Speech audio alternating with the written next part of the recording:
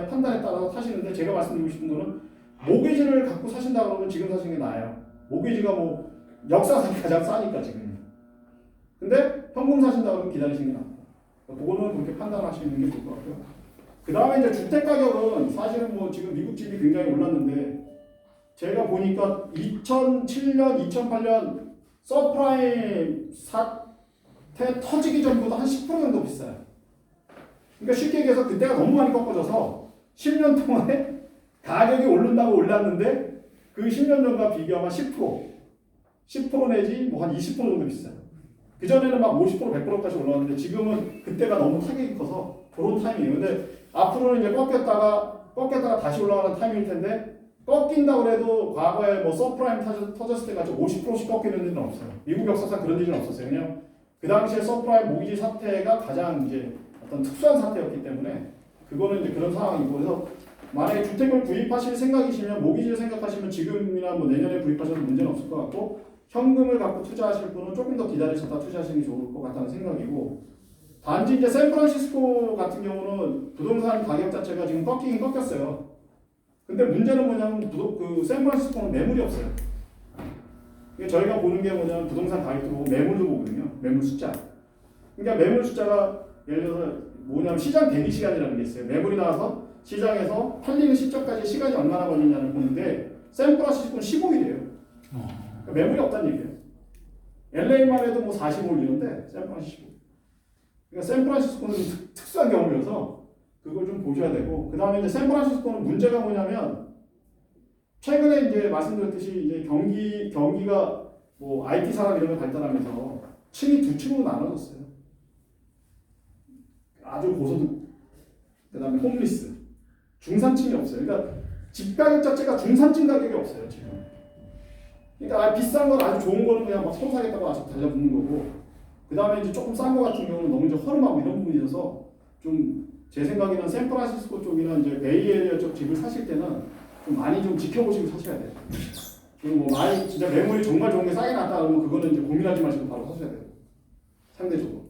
그런 거, 왜냐면 매물이 없기 때문에. 그래서 샌프란시스코는 좀 그렇게 좀 지켜보시는 게 좋으실 것 같고요. 그 다음에 아까 얘기했던 샌프란시스코 자체는 비싸기 때문에 오클랜드 옆에 있는 버클리라든지 아니면 밑에 쪽에 좀 보시든지 그러시는 게 나아요. 시내 쪽은 너무 비싸요 지금. 그래서 그런 거를 잘 고민하시고 샌프란시스코는 투자하시면 될 것 같고, 샌프란시스코는 이제 제일 문제가 뭐냐면 교통 트래픽이 제일 문제거든요 사실은. 뭐 너무 많이 막히니까. 그래서 그거는 뭐 보시고 이제 뭐 주거지가 어디냐, 그 다음에 학교가 어디냐, 거기에 따라서, 그 다음에 출퇴근을 뭘 할 거냐에 따라서 좀 주거지를 선택하셔서 사시는 게 좋겠다. 그렇게 제가 좀 말씀을 드릴 수가 있어요. LA는 지금 뭐냐면 이렇게 보셔야 돼요. LA는 제일 지금 현재 가장 많이 개발하고 있는 데가 다운타운이에요. 다운타운이 그동안은 이제 버려져 있었는데, 왜 다운타운을 개발하냐면 올림픽이 열린다고 그래갖고요. 올림픽 때문에 지금 전막 다 뜯어보시고 다 고치고 있어요 다운타운. 그래서 가보시면 아시겠지만 뭐 칼도 자기네 호텔 때려보시고 거기서 아주 제일 높은 건물 하나 새로 세워놨거든요. 그러다 보니까 이제 좀 주목을 하셔야 되는 지역이 어디냐면, 다운타운에 붙어있는 지역이 한인타운이에요. 한인타운 지역도 요새는 뭐 어떤 게 생기냐면, 거의 보통 집이 한 100년 이렇게 된 게 있는데, 거기를 부시고 새로 이제 주상복합이나 다세대를 쳐요. 그래서 만약에 LA는 투자를 하신다고 그러면, 그리고 다운타운이나 한인타운의 옛날 집들은, 왜냐면 이게 땅이 굉장히 넓거든요. 그거를 사셔서 개발하는 그런 쪽에 투자하시는 게 제가 볼 때는 굉장히 이득일 거라고 생각이 되고요. 그다음 얼바인 같은 경우는 집값이 너무 비싸요 지금 사실은. 얼바인은 뭐 엄마들이 학군이 좋다고 자꾸 가시는데, 학군이 좋은 건 사실이지만 얼바인은 상대적으로 집값이 너무 비싸고, 또 아까 했던 개발세가 있어서 대부분 지역이 1.8%예요. 거기는 뭐 웨스트팍이라든가 노스우드라든가, 그 다음에 뭐 저기 터덜락이라든가, 이렇게 옛날 동네 71년도에 지은 동네 있거든요. 그 동네 빼고는 다 1.8%씩이에요. 그래서 그거는 잘 고려를 하셔야 되고, 굳이 뭐 제가 생각할 때는 얼바인 사시는 것보다, 얼바인도 지역에도 동네가 많아요. 란초 산타마리타도 있고, 레이크 포레스트도 있고, 터스티니도 있고, 여러 개 있으니까 그 근처로 사시는데, 뭐 학군이 얼바인이 10이면은 거기는 한 9 정도 돼요. 그리고 미국 백인들이 좋아하는 동네이기 때문에 굳이 얼바인 가시는 것보다는 거기 가시는 거예요. 왜냐면 차로는 10분, 20분 거리면 얼바인에, 우리를 흔히 얘기하는 얼바인 상권을 다 누릴 수 있잖아요. 그런 부분을 좀 고려를 하시고 오렌지 카운트에 조금 투자를 하시면 될 것 같고요. 그 다음에 이제 뭐 그 수익형 부동산을 하시는 분들 같은 경우는 제 생각에는 아까 말씀드렸듯이 이제 그렇게 그 LA 코리아타운 쪽에 있는 그 옛날 된 집들 그 땅이 넓은 거 거기 투자하시는 방법도 있고 또 하나가 뭐냐면 미국에는 이제 4유닛이라는 게 있어요. 이게 뭐냐면 우리로 얘기하면 다세대 다가구예요. 이렇게 돼 있어요. 집이 하나, 둘, 셋, 네 개. 여기 대문 하나. 이게 방 3개, 화장실 2개, 방 3개, 화장실 2개, 방 3개, 화장실 2개. 이렇게 돼 있어요. 그럼 어떻게 하시냐면 여기 내가 거주하고 요거 렌트 주시면 돼요. 이게 수익형 건물에서는 제일 편하신 거예요. 이거 이상 되면 관리하시기도 힘들고요. 맨날 테넌트한테 시달려야 돼. 4개 정도. 4개짜리도 있고 3개짜리도 있고 2개짜리도 있는데 제가 볼 때 4개 정도? 그러면 왜냐면 이거 한 가구씩 주는 거잖아요. 그렇죠? 그다음 얘 나가면 또 딴 놈 주고 이렇게 하면 돼요. 그리고 뭐 말씀드렸듯이 여기 이런 집이 그렇게 많지가 않아서요. LA 같은 경우는 지금 여기는 이건 새로 짓지는 못해요. 새로 옛날 집들이어서 요거는 이렇게 해서 하시다가 내가 뭐 렌트를 주든 아니면 내가 살아도 되고 내가 뭐 렌트를 주든 누구한테 맡기시든 이렇게 하시는 게 가장 유리하죠. 이런 게 있는 게 이제 미국 뭐 캘리포니아, LA도 있고요. 뉴욕이나 뉴저지도 이런 게 많아요. 그래서 투자는 유닛 쪽으로 좀 하시는 게 제가 볼 때 유리하다. 왜냐하면 하나 하시기에는 뭐 또 관리는 똑같아요. 관리 누구한테 맡기는 건 똑같은데 이 수익이 좀 상대적으로 적잖아요. 그렇죠? 그래서 수익형 부동산은 이거나 토지가 넓은 옛날 건물에 투자하시는 게 낫다. 그 다음에 이제 주택지로는 이제 제일 중요한 부분이 뭐냐면 아까 말씀드렸듯이 직장.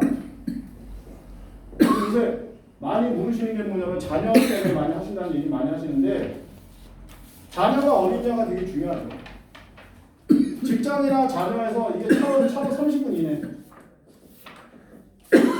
30분 이상 넘어가면 출퇴근하기 힘들어요. 그리고 뭐 LA도 그렇고 샌프란시스코도 그렇고 너무 트래픽이 심하기 때문에 그건 좀 고려를 하셔서 하시고요. 그 다음에 뭐 요새는 뭐 콘도나 이런 것도 깨끗하게 잘 나오니까 처음에 너무 무리해서 제 생각에는 자녀분들 특히 유학을 갔다든지 이제 그 회사 초년생들 있잖아요. 그 친구들한테는 주택은 사주면 안 돼요.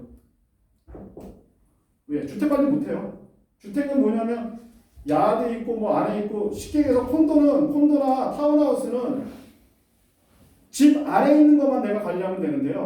주택은 집 안뿐만 아니라 집 바깥도 내가 관리 다 해야 돼.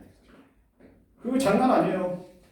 근데 뭐 내가 가서 사는 것도 아니고 내 자식한테 사죠? 자식이 관리 못해. 그러니까 그런 부분은 제가 볼 때는 좋은 게 방 2개, 화장실 2개짜리 콘도나 타운하우스.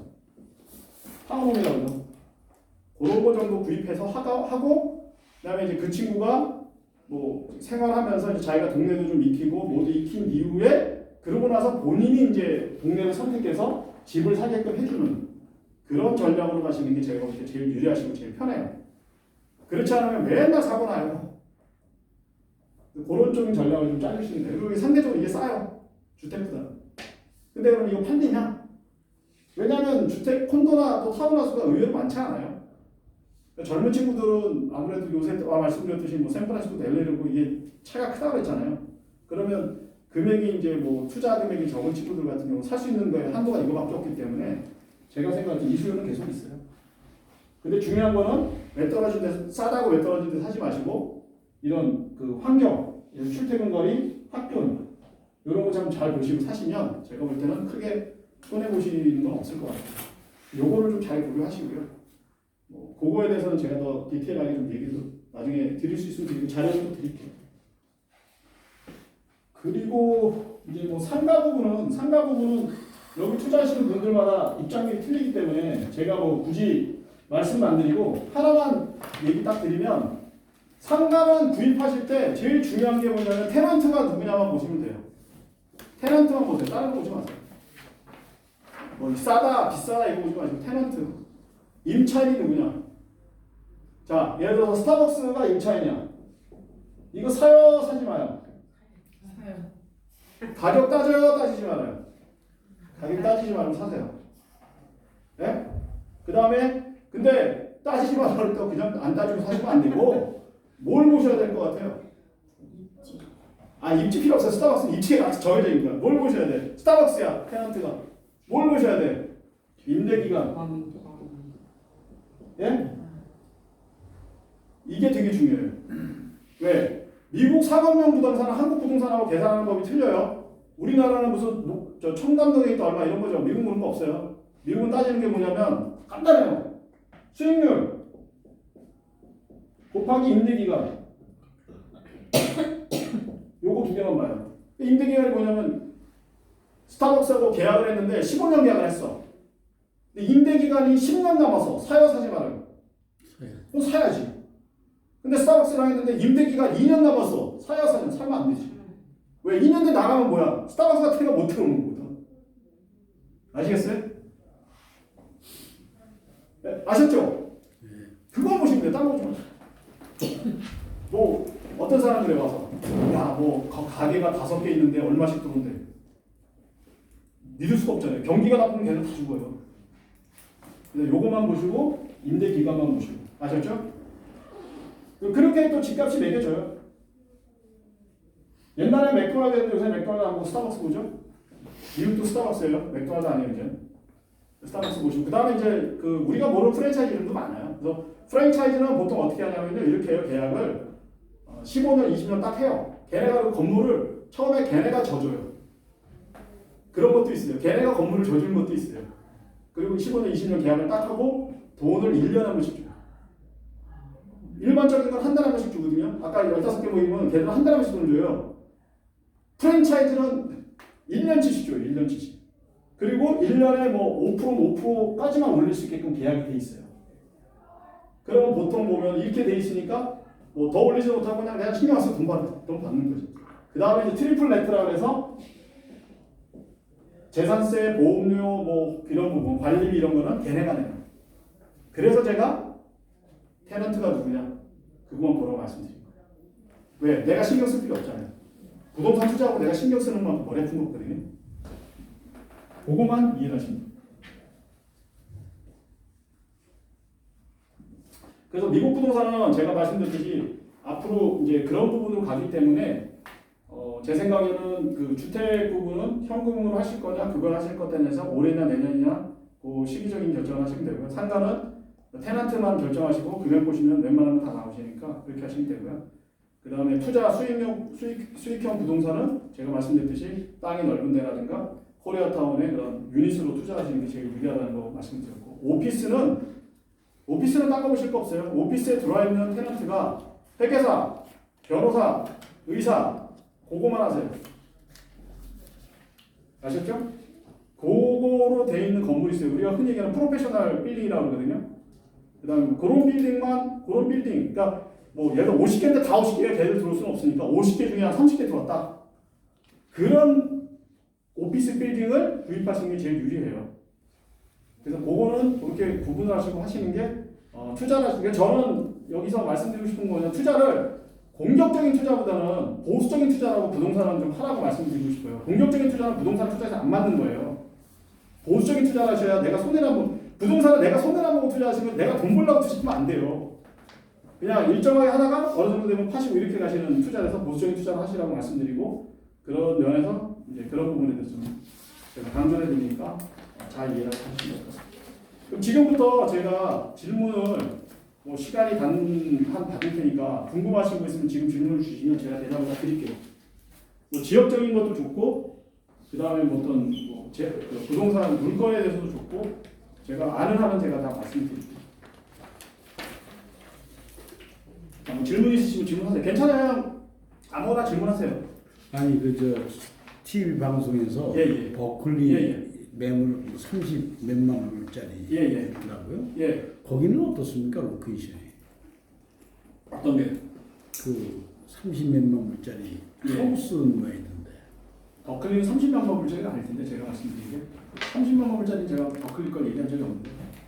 그래요? 네, 잘못 알고 계신 것 같은데. 버클리는 30만 불짜리 온 게 없는데. 다른 거 50만 불. 그거는 그 매물 나와 있는 거 제가 뭐 주택 시세 보신 거 얘기하시는 거구나. 네. 그거는 30만 불 이런 거는 이제 현재 나와 있는 시장들에 나와 있는 건데요. 그거 같은 경우는 이제 대부분 보면은 뭐 방 한 개, 방 두 개인데 대부분 그때 30만 불 이렇게 버클리 나와 있는 거는 그거는 뭐냐면 대부분 보면 집이 이제 그 주택이라는 개념보다는요, 그냥 그 뭐라고 해야 되나 조립주택 같이 돼 있는 그런 부분들이에요. 그래서 버클리는 평균 시세가 아무리 싸도 60에서 70 정도는 돼요. 버클리. 그러니까 30짜리는 이제 말씀드렸듯이 뭐 건물들이 쭉 나오잖아요. 지금 리스팅 나와 있는 것 중에서 그런 것들이에요. 그거는 제가 볼 때는 버클리 쪽은 30만 원보다 안 맞았어요. 예, 70만 불짜리는 한 어느 정도? 70만 불짜리는 이제 보통 뭐 우리로 얘기하면 사이즈가 30평, 1000스퀘어, 1200스퀘어 정도 되니까 그게 이제 주택이냐 콘도냐에 따라서 콘도는 좀 사이즈가 커지고요. 주택은 이제 아무래도 땅이 있기 때문에 사이즈가 작아요. 그렇게 되는 거죠. 그래서 필요하신 걸 얘기를 하시면 제가 거기는 매물을 제가 보낼 수 있어요. 예, 어젯밤에 예. 카스베드 예, 카스베드, 예, 그게 지금 예상 임대가가 1,280만 예, 원. 예.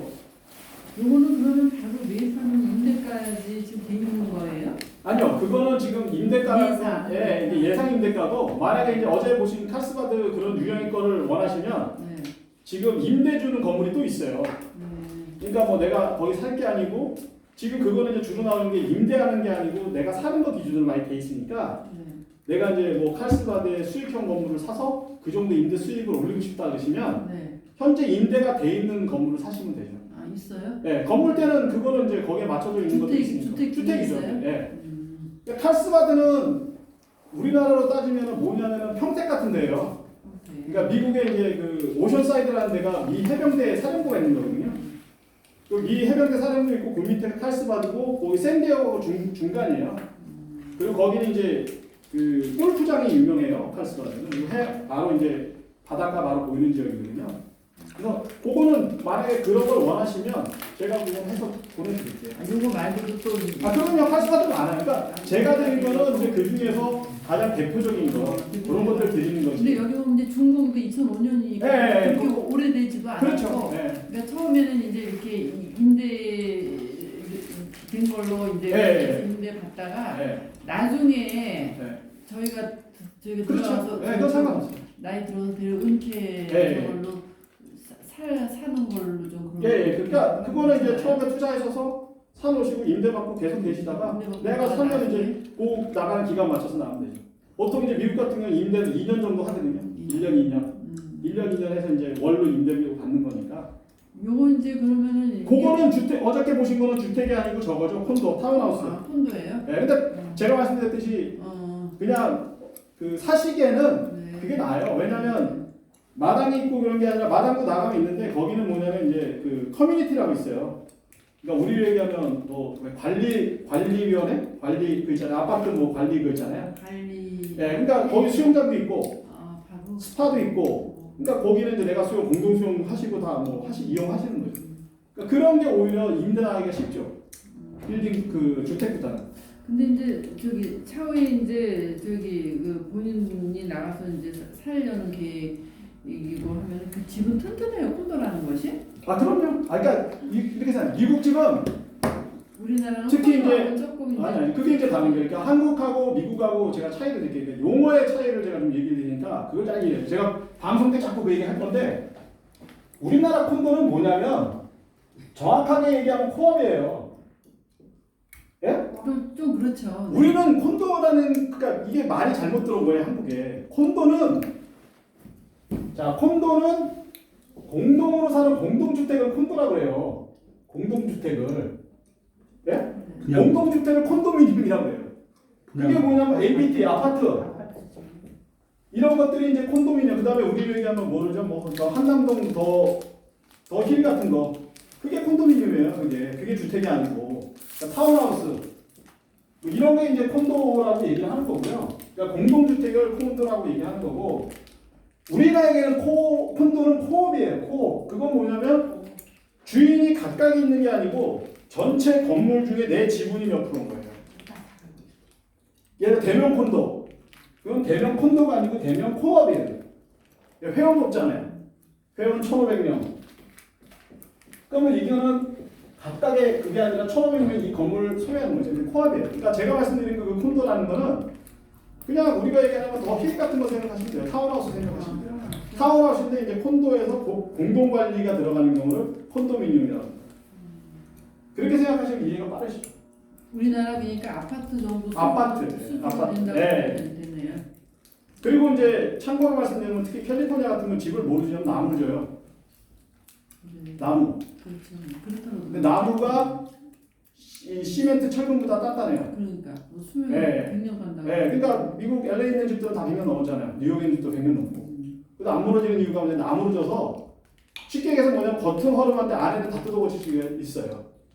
그래서 그런 걱정은 안 하셔도 되고 단지 미국도 마찬가지로 30년 되면 제일 큰 문제가 뭐냐면 이제 플러밍이에요. 배수가. 그건 30년 되면 녹슬잖아요. 네. 그러니까 그때는 이제 그런 거 한번 체인지하고 그 다음에 이제 또 뭐 지붕이라든가 이런 거 체크해야 되는데 그런 걱정은 안 하셔도 되는 게 제가 말씀드렸듯이 그 미국은 집을 사면 손님을 보호할 수 있는 법이 세 가지가 있어요. 그리고 집을 사실 때 꼭 기억을 하세요. 첫 번째, 융자. 제가 융자 아까 하라고 말씀드렸죠. 융자가 안 나오면 집 안 사도 돼요. 위약금 없어요. 네, 위약금 없이 깰 수 있어요. 딜을. 두 번째, 우리에게 감정. 내가 집을 샀는데 집값이 50만 불인데 감정이 40만 원밖에 안 났어. 그럼 감정 상하잖아요. 그렇죠? 그럼 감정 안 나면 안 사도 돼요. 예? 그게 두 번째. 세 번째, 인스펙션이에요. 이게 뭐냐? 우리나라는 와서 뭐 부동산 중개하는 사람이 여기 뭐 등 깨졌는데 이거는 그냥 하시고 뭐 어쩌고 하잖아요. 미국은 전문 인스펙션을 해요, 집을. 내가 돈을 300불, 400불 줘야 돼요. 사시는 분이. 집을 다 체크를 해요. 지붕이고 뭐해. 다 조사해요. 그리고 레포트를 만들어줘요, 저한테. 그럼 집에 뭐가 어떻다 하다못해 그 타일 깨진 것까지 얘기해줘요. 그러면 그 인스펙션 레포트를 갖고 내가 매수자가 매도자한테 다시 보내요. 자, 이런 거 고쳐주세요. 근데 안 고쳐줘. 그럼 어떻게 해요? 안 사. 아니면 안 고쳐주면 어떻게 해요? 못 고치는 것도 있잖아. 타일 같은 거 10년 됐는데 그 타일이 없어. 못 고쳐주죠. 어떻게 해요? 가격 깎아주는 거죠.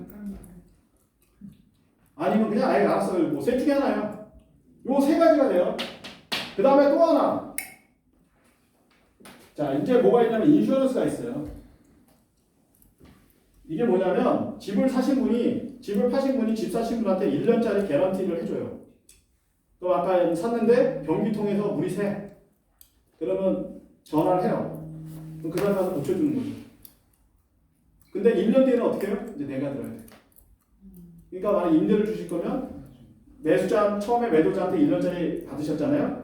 그럼 1년 뒤에는 그걸 내가 가입하시면 돼요. 그러면 집에 문제가 생기면 거기다 전화를 해서 그 사람이 고쳐주는 거예요. 그 보험회사에서. 요게 있으니까 미국은 걱정 안 하셔도 돼요.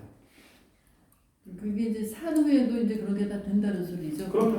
우리나라는 이제 일단 구입을 하면 그런 게 잘 안 되잖아요. 네, 미국은 그게 없어요. 미국은 이게 살 때 1년간 개런티 해주는 거를 이제 매도자가 무조건 사줘야 되고요. 그 다음 1년 뒤에는 내가 사야 돼요. 안 사도 상관없어요. 안 사도 상관없는데 문제 생기면 내돈 다 들어가잖아요. 그러니까 그런 경우에 이건 하는데 이건 보통 얼마 하냐면 75불에서 100불이에요. 1년에 75불에서 100불이니까 걱정하셔도 돼요. 그리고 이제 뭐 한 번 갈 때마다 50불씩 내고 이러기 때문에 이거를 하시는 게 좋죠. 그 다음에 이제 집에 또 뭐 등기에 문제가 생기고 이런 경우 생기잖아요. 나중에 뭐 갑자기 뭐 채무가 돌발 채무 생기고 이런 경우 생기잖아요. 우리나라도 사기치는 경우도 있었잖아요. 그거 보호를 위해서 매도자가 또 보험을 들어줘. 그게 타이틀 인슈런스다. 이거는 뭐냐면 내가 집을 샀는데 누가 사기를 쳐서 내 집에 문제가 생겨. 그럼 나만 손해잖아요. 그거를 보험회사에서 나한테 돈을 먼저 줘요.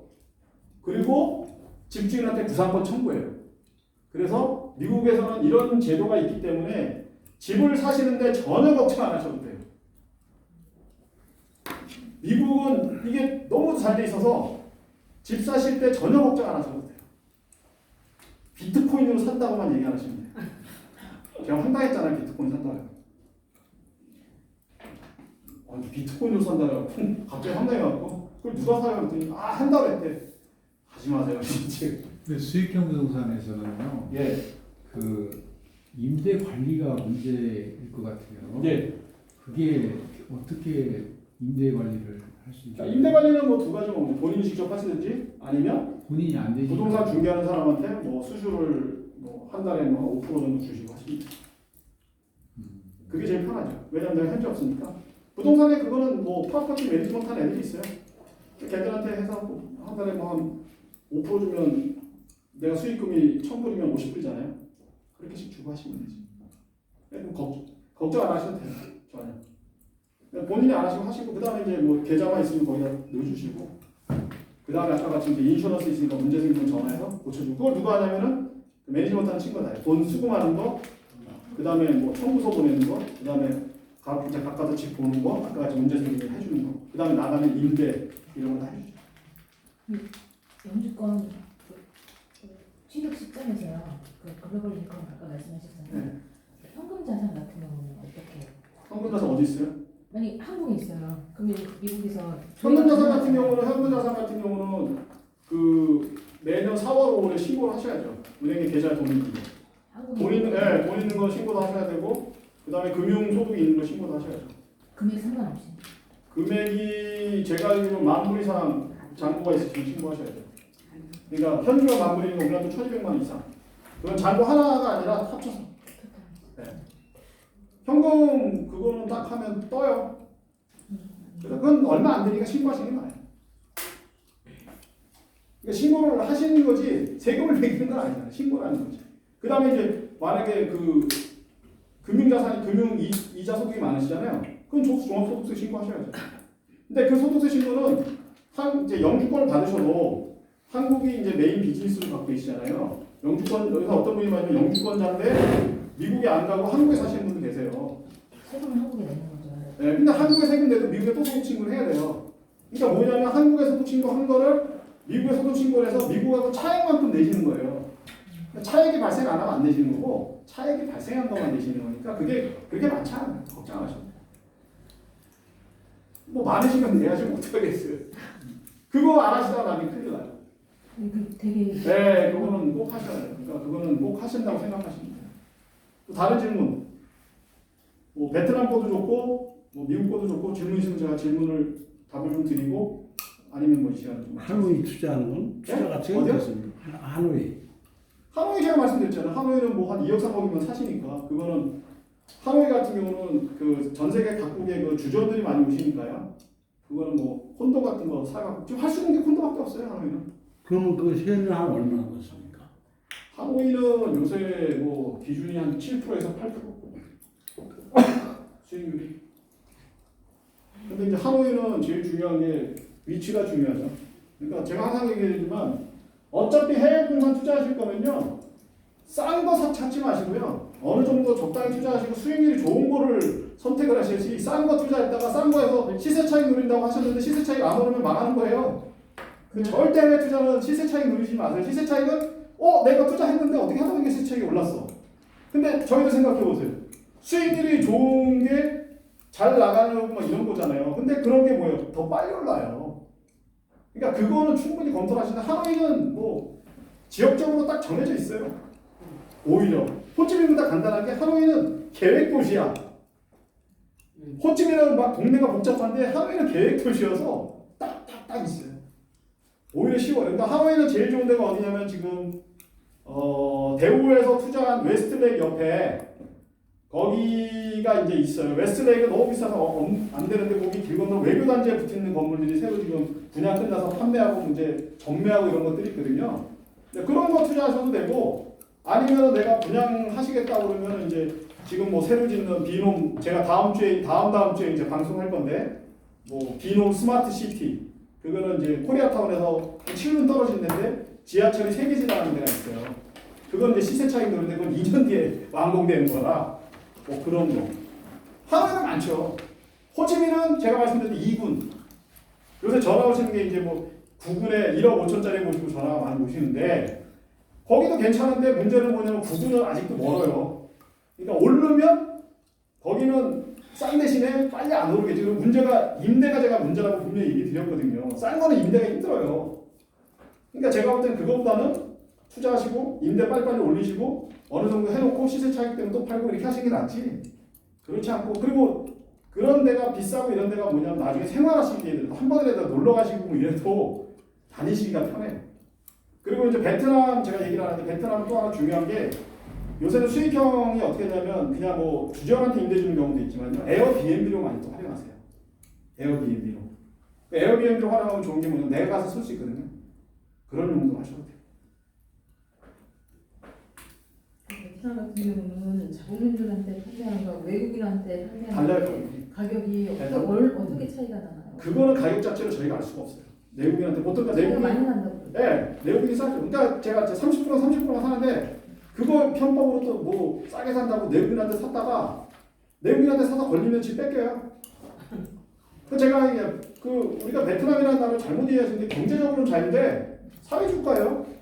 사회주가의 대표적인 게 뭐냐면 토지는 국가의 소유다예요. 그냥 국유화시켜버려요. 그러니까 그렇게 하시는 게 아니고 베트남 같은 경우 그런 거 시세 차익 그러니까 그런 거 사기꾼들도 많아요. 뭐 토지 산다. 토지 못 사요. 베트남은. 토지는 나라 거예요. 살 수가 없고 소유가 안 돼요. 그러니까 그런 생각하지 마시고 베트남 투자는 제가 딱 말씀드리는 게 뭐냐면 제일 좋은 거는 지금 봤을 때 아, 내가 제일 좋은 동네라고 생각하는 거 사시는 게 정답이에요. 그게 왜냐하면 만약에 베트남이라는 나라 또 조심하셔야 되는 게 중에 하나가 뭐냐면 아까 제가 잠깐 언급하다 말았는데 동 얘기했잖아요. 동. 환율이 또 변동이 심할 수도 있어요.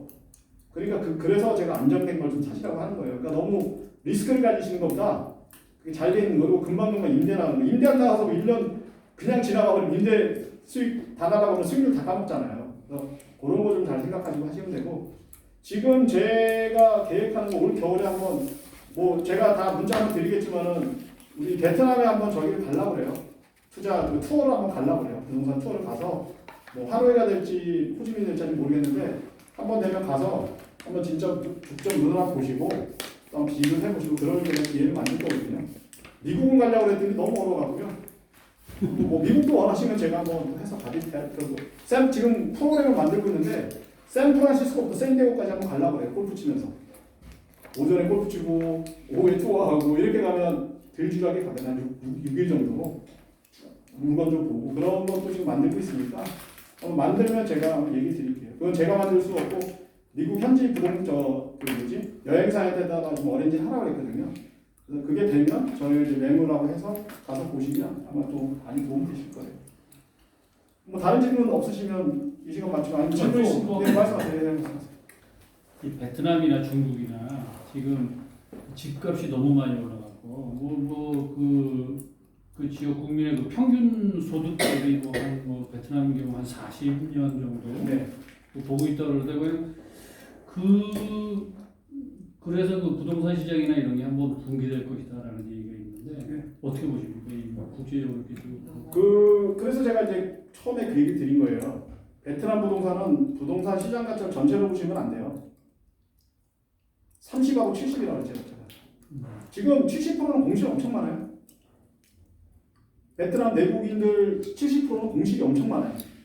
그러니까 우리로 얘기하면 내가 필요해서 산 것보다는 그냥 부동산 투자로 투기로 해서 산 것들이 많아요. 융자해주니까.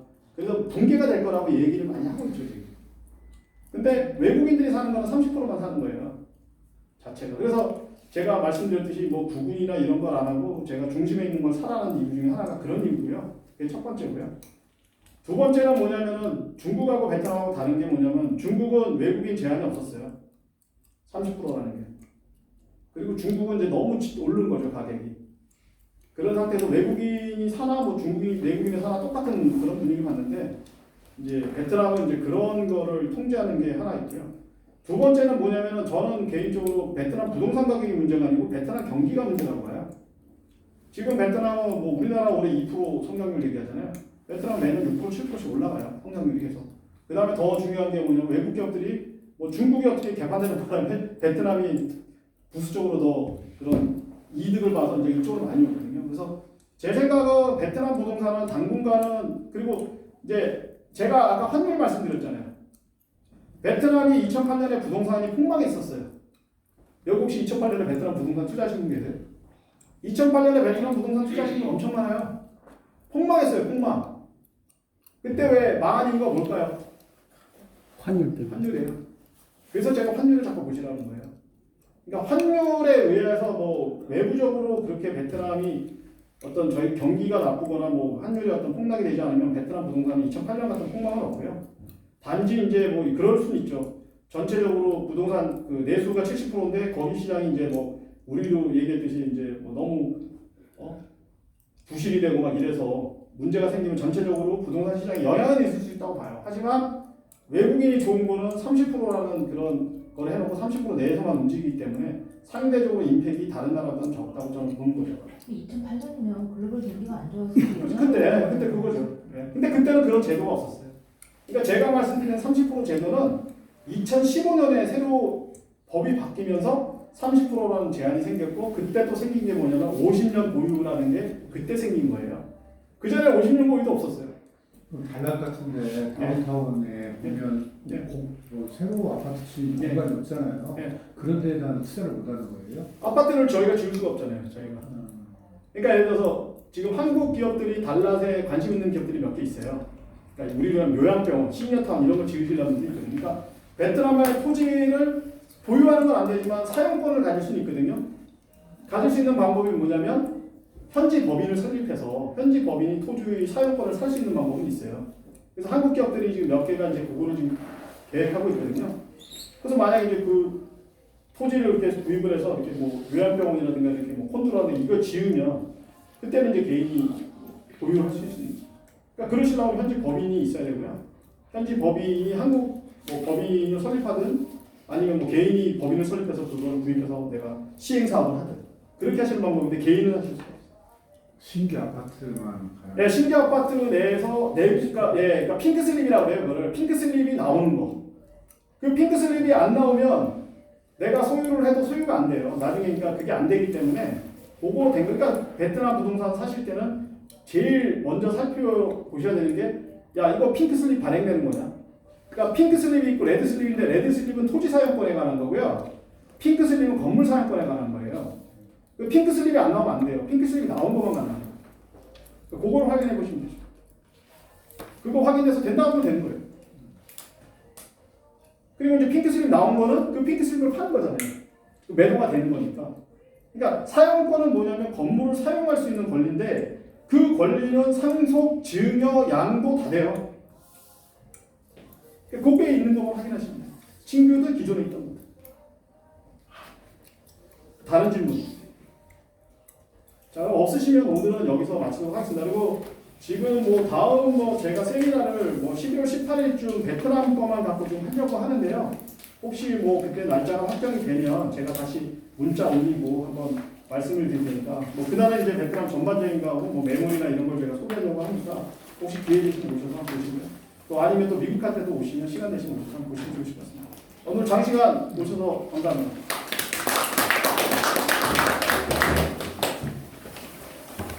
제 명함 안 받으신 분 명함 받으세요. 저 명함.